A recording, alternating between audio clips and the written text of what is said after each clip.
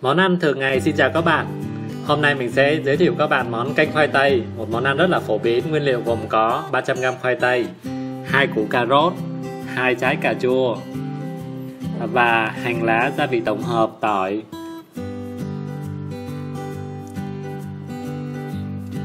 Ba 300g sườn heo, hoặc mọi người có thể mua sườn non. Và đầu tiên thì mình sẽ đi ướp cái sườn này đã. Mình sẽ sử dụng một ít đậu hành nè, rồi mình xài thêm một miếng tỏi và hành tím. Tất cả thì mình sẽ băm chung để lát nữa thì mình sẽ ướp vô cái món sườn. Bây giờ thì sườn mình sẽ, sau khi rửa sạch thì mình sẽ bắt đầu đi ướp gia vị nào.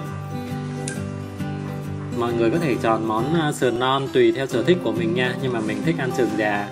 Mình sẽ ướp 1/2 số tỏi, hành tỏi băm lúc nãy nha. Rồi thêm vào đây một muỗng muối nhỏ, một chút nước mắm. Rồi sau đó thì mình sẽ trộn đều tất cả cái gia vị này cho nó thấm vô cái sườn non này, sườn già chứ lộn. Rồi sau đó mình sẽ ướp trong vòng 30 phút. Trong quá trình này thì mình sẽ tiến hành đi sơ chế các món khác nha. Đây là khoai tây, mình sẽ bắt đầu gọt vỏ. Khoai tây mùa này thì thường rất là dễ bị hư các bạn ạ. Mình sẽ cắt khoai tây theo khúc vừa ăn, khoảng bằng 1/2 cái bao diêm ha. Rồi mình sẽ ngâm vô với cái nước cốt chanh, nước pha nước chanh á. Tại pha nước chanh thì nó sẽ không có bị thâm. Các bạn đừng có ngâm vào nước pha muối nha. Cà rốt thì mình sẽ tiến hành gọt vỏ như bình thường, rồi mình sẽ cắt theo dạng như là khuôn cờ cho nó dễ chín. Cà rốt sẽ khó chín hơn cà rốt sẽ khó chín hơn khoai tây trong quá trình nấu. Cà rốt thì mùa này rất là ngon các bạn. Cà chua thì mình sẽ bổ múi cao. Hành lá thì mình sẽ cắt nhỏ để lát mình sẽ nêm gia vị. Mình thích ăn thêm ngò nhía thì mình sẽ cho vô nha. Rồi mình đã hoàn thành quá trình sơ chế. Đây là toàn bộ những nguyên liệu mình sẽ nấu trong ngày hôm nay. Mình sẽ cho chảo thật nóng và sẽ tiến hành là phi hành tỏi. Mình cho tất cả những cái hành tỏi băm lúc nãy còn lại ha. Bắt đầu có mùi thơm rồi đó. Rồi mình sẽ cho sườn già đã ướp vô rồi nè. Mình sẽ cố gắng xào cho thật xanh lại nha các bạn. Quá trình này sẽ thay thế cái công đoạn mà mình phải luộc sườn trước ấy. Thì mình sẽ chỉ cần xào cho kỹ, thật là kỹ vô để nó sẽ không có ra bọt nhiều.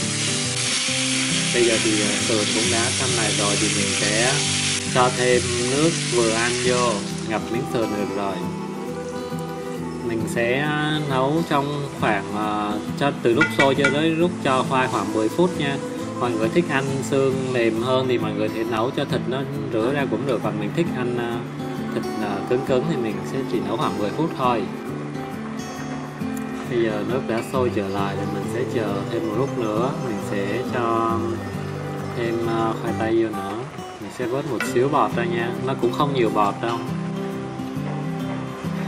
Rồi bây giờ mình sẽ cho thêm khoai tây nè, rồi cà rốt và cà chua vô luôn ha.